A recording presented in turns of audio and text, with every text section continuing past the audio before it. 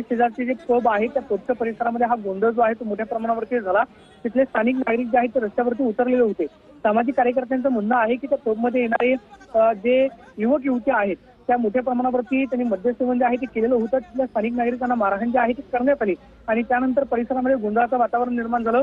पोलिसांना त्या ठिकाणी तत्काळ पाचारण व्हावं लागलं। पोलिसांकडून सुद्धा आपण पाहतो की व्हिडिओमध्ये सौम्य लाठीचार्ज करावा लागलेला आहे।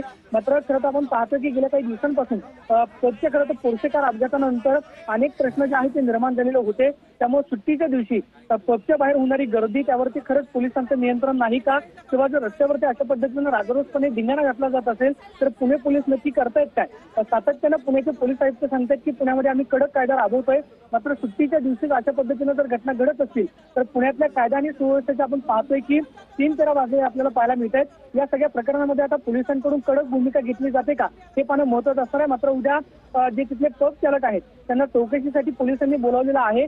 सामाजिक कार्यकर्त्यांचा आरोप पाहता पोलिसांकडून स्वच्छता जी आहे ते व्हिडिओची पाळली जाईल। मात्र उद्या चौकशी करून तिथल्या काही स्थानिक सामाजिक कार्यकर्त्यांचं म्हणणं विचारात घेऊन गुन्हा दाखल होतो का किंवा कारवाई होते का हे करता पाहणं महत्त्वाचं असणार आहे। मात्र पोलिसांचं साफ दुर्लक्ष आपल्याला पाहायला मिळतंय की सुट्टीच्या दिवशी अशा पद्धतीनं पबच्या बाहेर होणारी गर्दी त्यावरती खरंच पोलिसांचं नियंत्रण नाही का हा सुद्धा सवाल या निमित्तानं उपस्थित झालेला आहे। मात्र आता हे करता पाहणं महत्त्वाचं असणार आहे की पुण्याचे पोलीस आयुक्त जे सातत्यानं सांगतात की पुण्यामध्ये आम्ही कडक कायदा राबवतोय, मात्र सुट्टीच्या दिवशी अशा पद्धतीनं जर घटना घडत असतील तर पुण्याचे पोलीस आयुक्त कारवाई करणार का हे करता पाहणं महत्त्वाचं असणार आहे। मात्र आपण पाहतोय की मुंबईमधल्या पासपोर्ट ऑफिस शेजारी असलेल्या पबच्या परिसरामध्ये हा सगळा गोंधळ झालेला आपल्याला पाहायला मिळतोय। सामाजिक नक्कीच धन्यवाद प्रदीप दिलेल्या सविस्तर माहितीसाठी।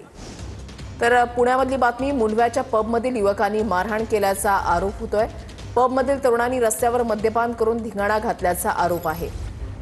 व्हिडिओ शेअर करत सामाजिक कार्यकर्त्यानं हा आरोप केलेला आहे। धिंगाणा घातल्यानंतर पोलिसांकडून या ठिकाणी सौम्य लाठीचार्ज सुद्धा करण्यात आलाय।